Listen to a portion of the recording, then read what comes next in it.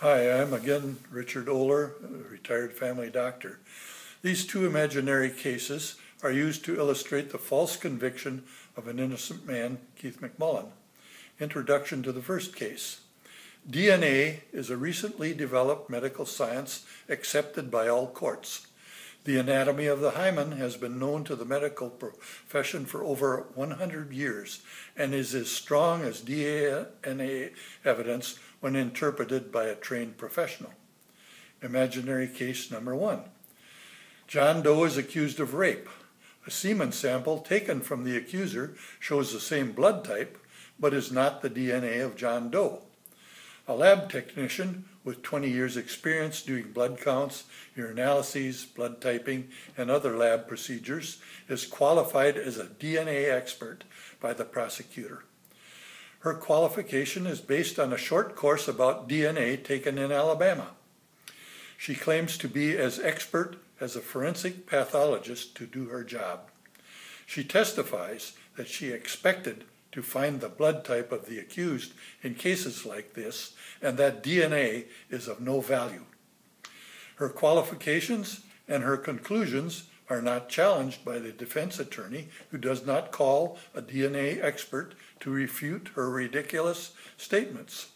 In her closing statement to the jury, the prosecutor states that we have just heard the medical witness testified that this DNA business is a myth. All rape victims can have someone else's DNA present in the rape exam.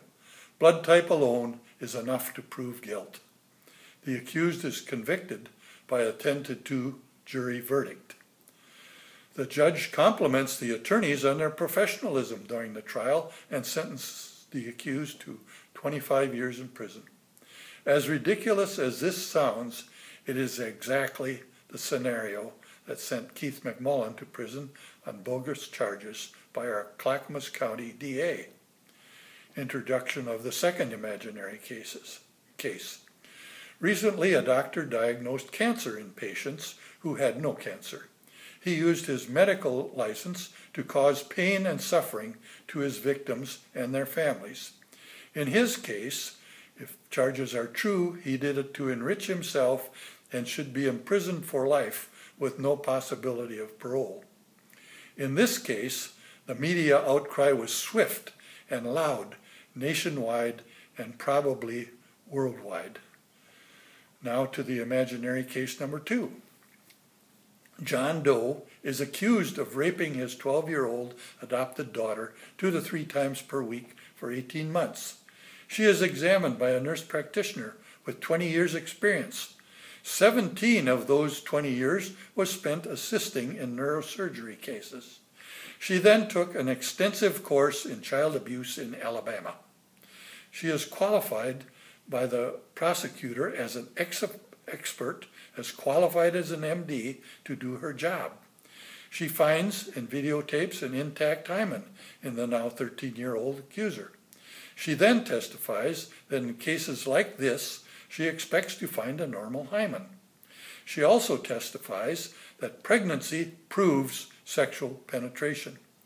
She based her opinion on a study by Nancy Kellogg, MD, the same Nancy Kellogg who testified falsely in at least 5 cases which have now been overturned because of her lies. But before their cases were overturned, these 5 innocent people each spent at least 15 years in prison because of Miss Kellogg's negligent, incompetent testimony. The defense attorney appointed by the court makes no effort to question the qualification of the nurse practitioner about her training as a gynecologist to correctly assess the findings in cases such as this. She also asks 0 questions about the Kellogg study upon which the expert states she based her opinion. An MD who had done over 2,000 pelvic exams in his career was on the witness list to testify for John Doe.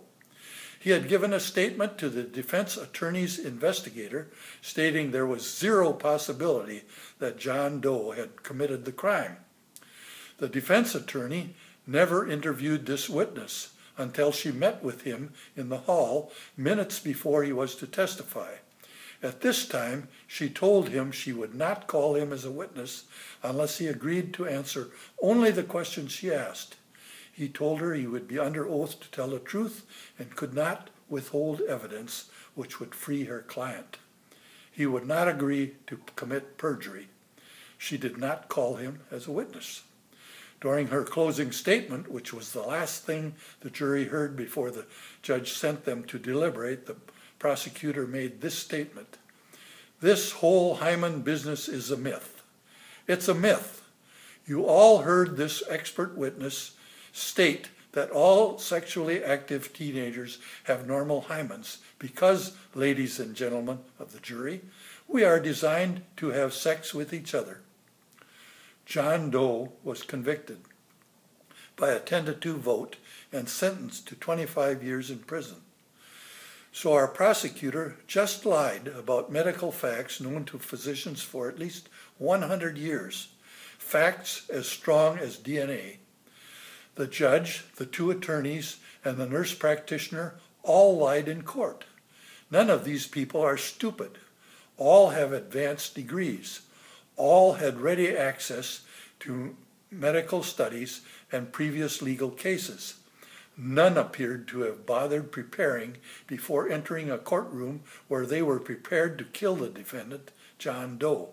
The prosecutor asked for 50 years for a 45-year-old man with high blood pressure.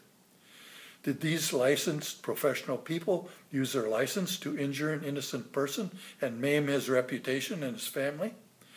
Were they just arrogant, ignorant, incompetent, and negligent, or were they corrupt? To John Doe, it makes little difference. He is in prison facing death at the hands of other inmates who do not like sex offenders. There is not one bit of difference between these people using their legal licenses to commit mayhem and the doctor who falsely diagnosed cancer. The second imaginary case parallels the case of Keith McMullin.